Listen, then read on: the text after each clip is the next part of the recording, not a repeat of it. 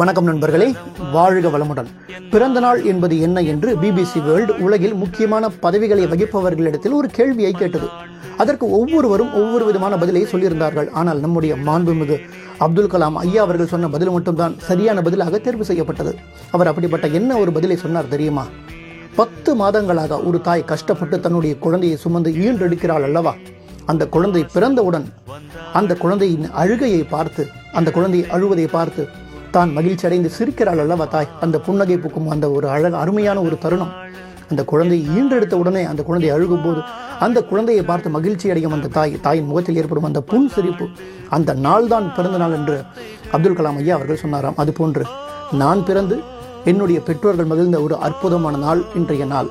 இன்று என்னுடைய பிறந்த நாள். என்னுடைய பிறந்த நாளுக்கு வாழ்த்து தெரிவித்த என்னுடைய பெற்றோர்கள், உற்றார்கள், உறவினர்கள், நண்பர்கள், தோழர்கள், தோழிகள் என அனைவருக்கும் என்னுடைய மனமார்ந்த நன்றியை தெரிவித்துக் கொள்கிறேன்.